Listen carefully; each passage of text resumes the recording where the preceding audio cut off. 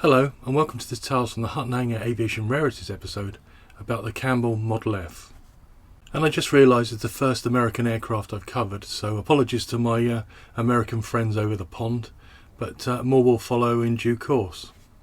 So the F stands for Flivver, and that's American slang for a cheap car. It was also nicknamed the Easter egg, and it's easy to see why. It was very unconventional for the 1930s, pusher powered and very radical for its time. The man behind this project was Hayden S. Campbell, an American pilot and veteran of the First World War. He was also the vice president of the Barling Aircraft Corporation, but went on to form his own company, Campbell Aircraft, in St. Joseph, Montana. The main reason behind this was in response to the Bureau of Air Commerce's $700 airplane contest.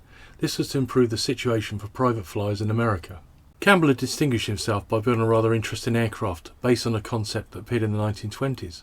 Constructed of all metal, the Model F that carried the registration X280Y had a short X-shaped fuselage nacelle which reached the wing trailing edge.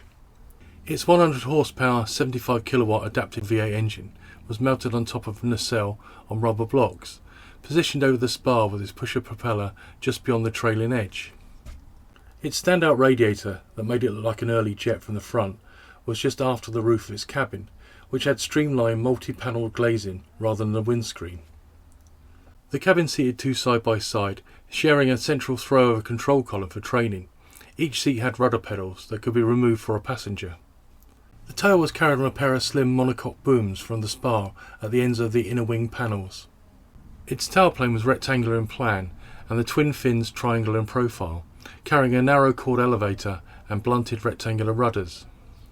The main landing wheels with hydraulic brakes were each on a short axle with parallel Benedict's shock absorber legs to the spar. There was a V-form drag strut reaching forward.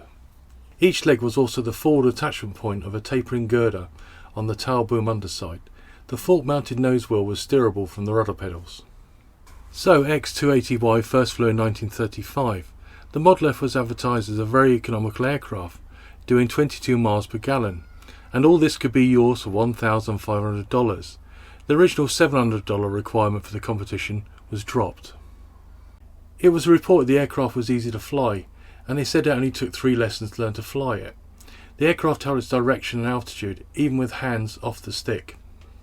And you can watch a great film of it doing its stuff, and I've put up a link in the description of this episode. It is worth watching the short film. It's heavily watermarked, and also I did not include in this episode the risk of being done for copyright reasons.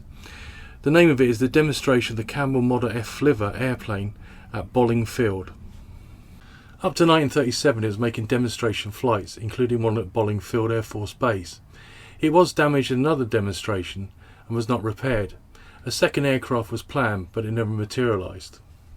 I'm not sure why it's not continued. It appeared to be a fine looking and very capable aircraft.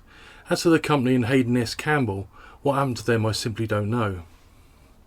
The more I research and make these episodes, it is stunning how fast aviation's invention and evolution was going even between World War I and II. But many thanks for watching. Please do leave a comment, like, subscribe or share.